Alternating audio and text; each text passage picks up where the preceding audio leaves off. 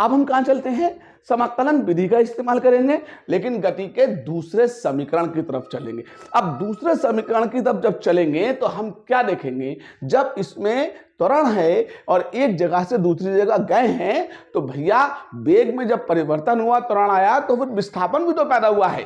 तो विस्थापन कितना पैदा हुआ है, उस विस्थापन को देखेंगे। जब विस्थापन हमें मिल जाए और फिर उसके बाद हम गति के दूसरे समीकरण की तरफ चलना शुरू करेंगे। तो गति का दूसरा समीकरण हमें क्या कहता है और किशोर लेके चलता है, चलिए इसकी तरफ चलते हैं। ठीक है, देखिए अब मैं गति के द्वितीय समीकरण की तरफ चलता हूं। तो मैंने प्रथम समीकरण को यहां से दिया है मिटा, और हम चलते किसकी तरफ हैं, द्वितीय समीकरण की तरफ चलते हैं। तो दूसरा समीकरण हमें क्या इशारा देता है, चलिए उसकी बात को हम देखते हैं। देखिए अब यहां से यहां तक विस्थापन जो हो गया वो हमने क्या डी और एस हो गया है। डी एस क्या हो गया, विस्थापन, बाकी सब कुछ वही है। अब प्रथम की जगह अब हमने कहा गति का द्वितीय समीकरण, द्वितीय समीकरण, और उस द्वितीय समीकरण की तरफ हम चले। अब मैं बात शुरू करता हूं, ठीक है, बात शुरू करता हूं वेग से। तो अब वेग बराबर विस्थापन और बड़े में क्या, समय। अब वेग काय से मैंने v से लिखा, विस्थापन कितना है मेरे पास ds है,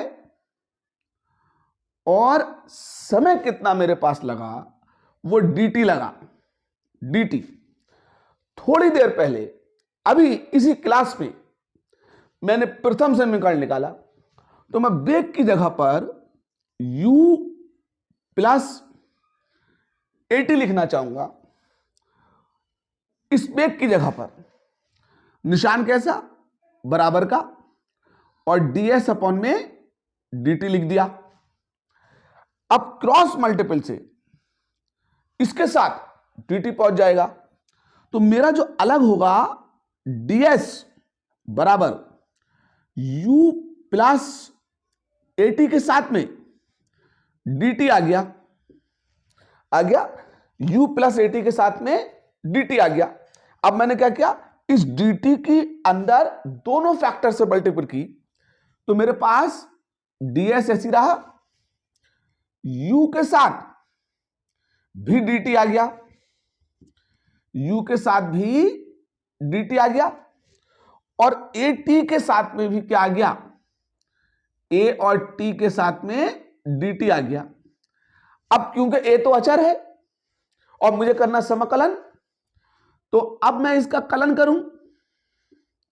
कलन करने पर, और कलन का मतलब कहां से कहां तक, तो s 0 से s तक है, ds हो गया, u ऐसा ही dt 0 से t तक है, प्लस का निशान, और a तो अचर है। अब t dt, और t कहां से, 0 से t तक है। अब ये तो s माइनस का 0 हो गया, निशान बराबर का, u t माइनस का 0 हो गया, प्लस a ऐसा ही रखेंगे, और x की पावर n का समाकलन। तो अब ये हमारे पास, ठीक है, ब्रैकेट में t स्क्वायर प्लस 0 और बटे में 2 हो गया। अब 0 घटने तो कोई फर्क तो पड़ता नहीं है, इधर क्या बचा, s बचा। अब यहां क्या हो गया, u की t से गुणा ut, और प्लस का 1/2a। अब टी स्क्वायर में से 0 घटाओ तो क्या बचेगा, टी स्क्वायर ही तो बचेगा। तो इस तरह से ये समाकलन विधि से गति का हमें कौन सा दूसरा समीकरण मिल जाएगा।